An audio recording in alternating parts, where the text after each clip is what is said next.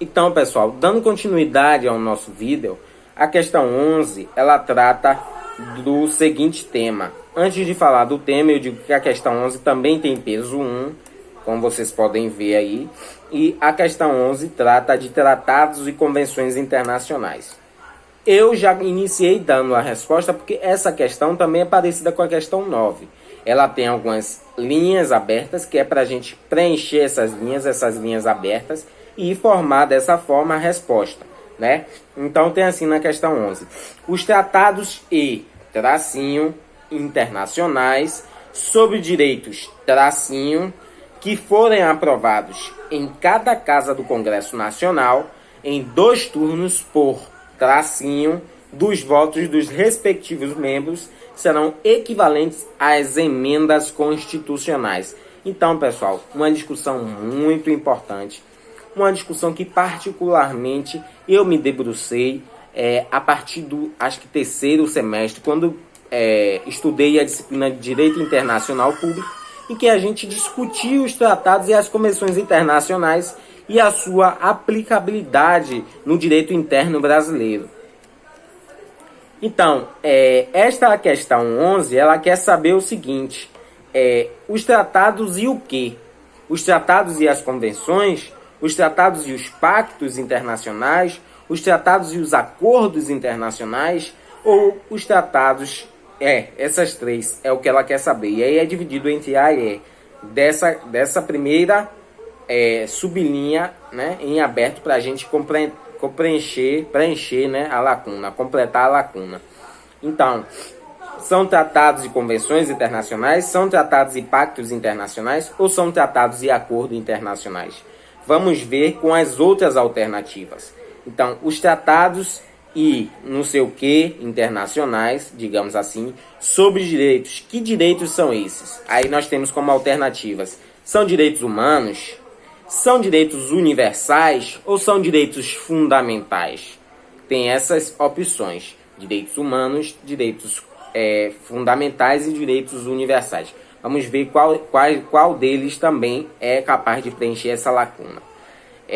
Que forem aprovados em cada casa do Congresso Nacional em 2 turnos por tanto dos votos, né? E eu já acabei dando aqui um vacilo agora e dei a resposta. Eu vou pegar a Constituição para a gente poder ir no artigo que trata dessa questão dos tratados e convenções internacionais, para a gente ver qual é a resposta correta que se encaixa aí, né? Então, pessoal, é necessário que a gente, para responder essa questão, na prova não tem como a gente fazer isso, né? Essa prova em específico não foi com consulta de vade-mecum, né? Não foi possível consultar a lei seca, mas se nós formos na Constituição, em seu artigo 5º, nós iremos encontrar a resposta dessa questão exatamente no parágrafo 3º do artigo 5º. Olha só o que diz o parágrafo 3º. Eu já vou ler o parágrafo 3º dando a resposta da questão para vocês entenderem isso de uma vez por todas e não esquecerem mais desta regulação dos tratados internacionais no nosso direito interno brasileiro e como a Constituição trata a respeito desses tratados. Olha só o que tem na Constituição.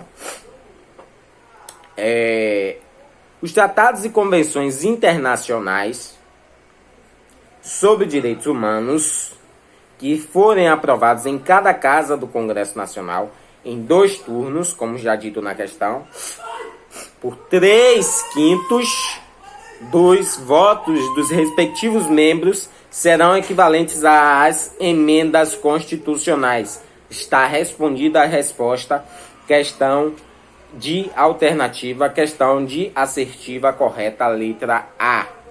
Por quê?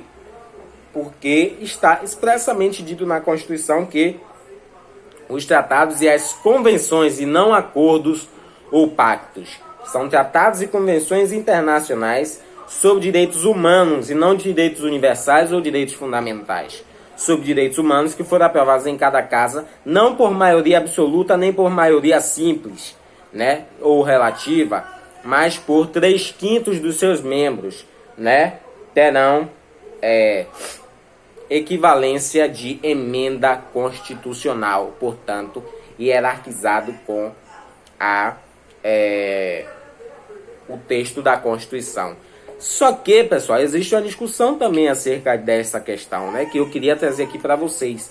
Não sei se eu vou lembrar exatamente, e se eu cometer algum equívoco ao comentar isso aqui, depois eu volto, reviso o vídeo e compartilho com vocês o tema específico do tratamento dos tratados e das convenções internacionais no Brasil a partir da discussão do Supremo Tribunal Federal no ano de 2004. Vejam, esse parágrafo terceiro, ele foi acrescentado pela Emenda Constitucional 45 de 2004.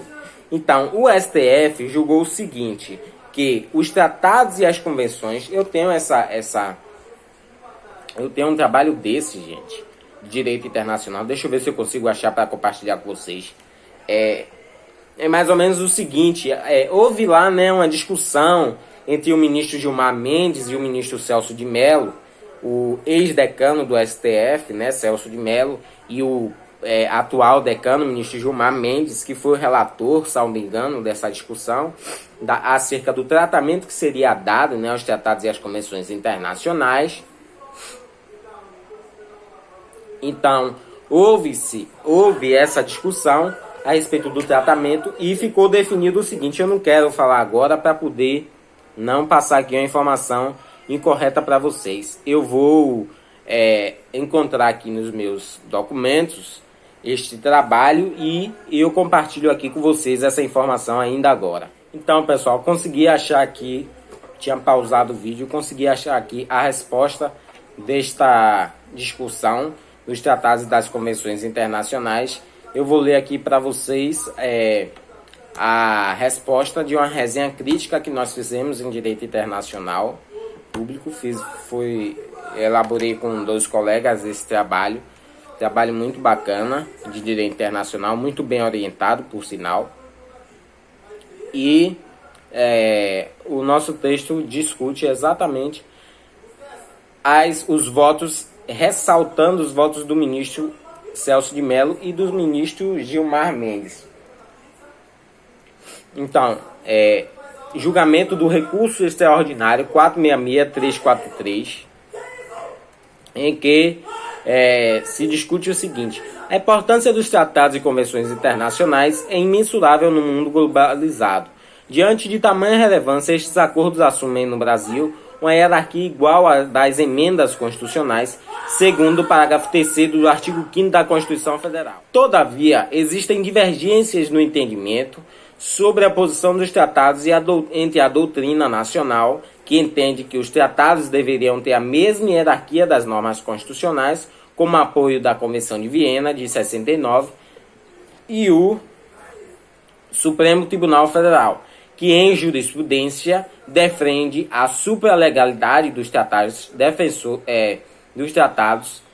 defensores dos direitos humanos, ou seja, a posição superior às leis, mas inferior à Constituição.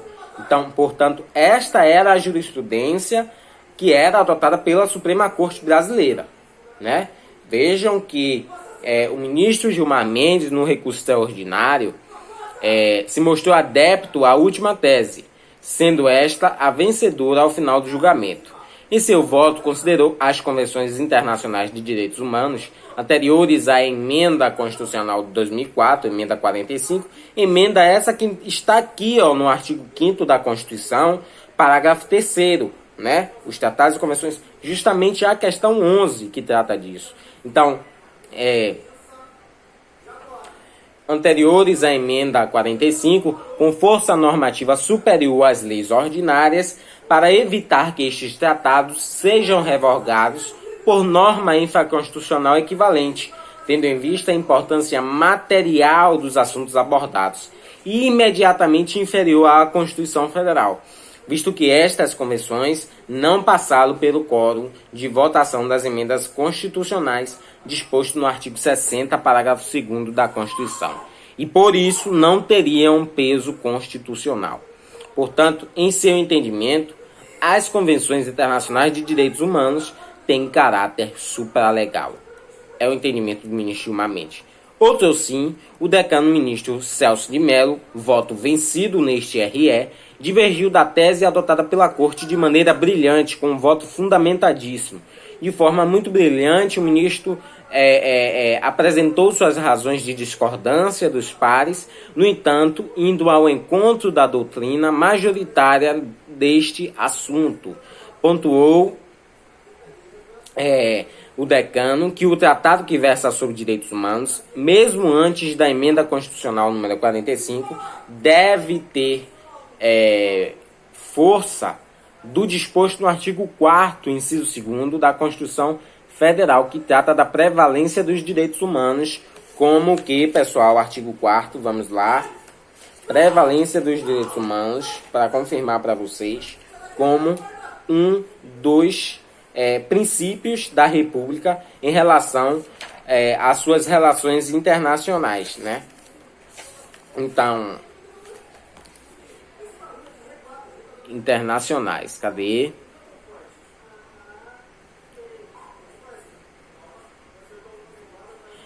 Prevalência dos direitos humanos, o artigo 4º. Ser considerado uma norma constitucional, além da força dos dispostos no parágrafo 3º do artigo 5º da Constituição Federal, que normatiza a força dos tratados de direitos humanos às normas constitucionais. Desta forma, fica estabelecido por definição jurisprudencial que os tratados sobre direitos humanos que foram aprovados antes da emenda constitucional número 45, ou seja, que foram aprovados antes deste texto disposto no parágrafo 3º do artigo 5º da Constituição, terão caráter supralegal e que, no entanto, os tratados e as convenções firmadas após o ano de 2004, deste julgamento, desta aprovação da emenda constitucional 45 de 2004, terão força de norma constitucional. Portanto, é norma supralegal aqueles que foram aprovados até a data da emenda constitucional 45 de 2004. Posteriores a este serão considerados, por força da emenda do parágrafo 3º do artigo 5º, normas de caráter constitucional. Qual a diferença disso, pessoal? A diferença é que, como o próprio ministro Celso de Mello e a doutrina majoritária considera, os tratados de direitos humanos que versam sobre direitos humanos é um dos princípios da República Federativa em relação às suas relações internacionais. Portanto, seria menosprezo, seria colocar estes tratados em um tratamento injusto, né? E em uma posição injusta, que seria de normas infralegais, se qualquer lei ordinária, né? Qualquer lei infralegal, qualquer norma infralegal pudesse alterar esse tratado. Seria absolutamente injusto, porque trata de matéria importantíssima para a República. Me desculpem. De tema importantíssimo para a República. Então, este foi o entendimento jurisprudencial, esta foi a solução que foi dada. Portanto, a resposta é a letra A. Letra A, gabarito da questão 11, letra A. É isto. Eu vou para o próximo vídeo, para a gravação da próxima questão para vocês. Obrigado.